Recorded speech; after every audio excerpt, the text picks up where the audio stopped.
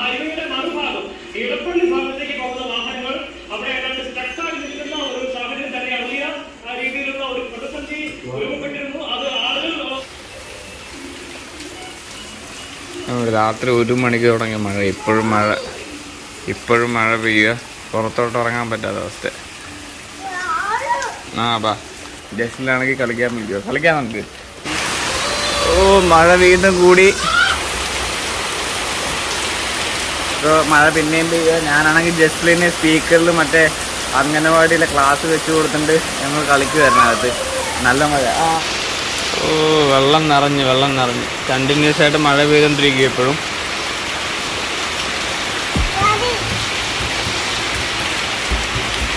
വെള്ളം നിറഞ്ഞുണ്ടോ?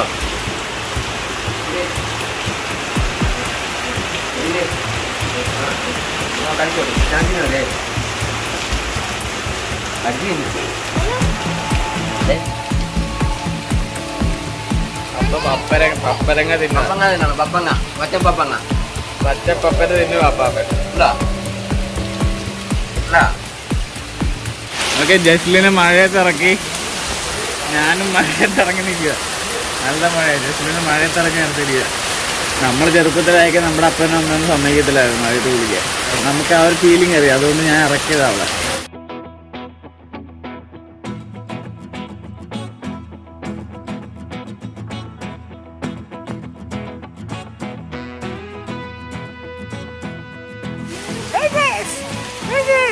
മമ്മീനെ വിളി.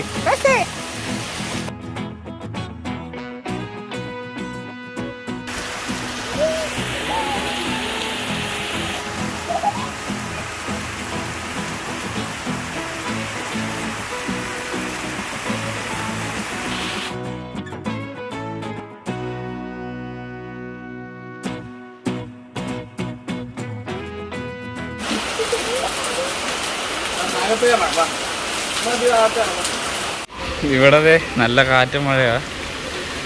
നല്ല കാറ്റും മഴയാ. അവിടെ അപ്പുറത്ത് കണ്ണപ്പച്ചോ പിന്നെ ഷവറൊക്കെ എടുത്ത് കളയുക. അപ്പം ഇവിടെ എന്തോ പിന്നെ തൂക്കുന്നു. ഞാനിവിടെ ഒന്ന് തൂക്കുക. ഇപ്പം മൊത്തം വെള്ളം നമ്മൾ കളഞ്ഞ്.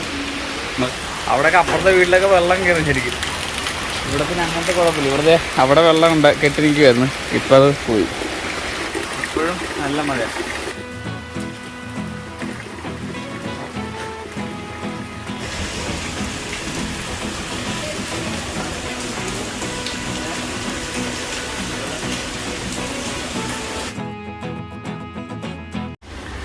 മഴ ഇപ്പോഴും ചോർന്നിട്ടില്ല.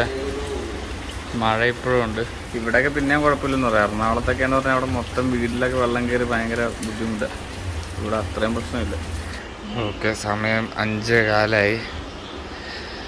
മഴയെല്ലാം മാറി, എല്ലാം ക്ലിയർ ആയിട്ടുണ്ട്.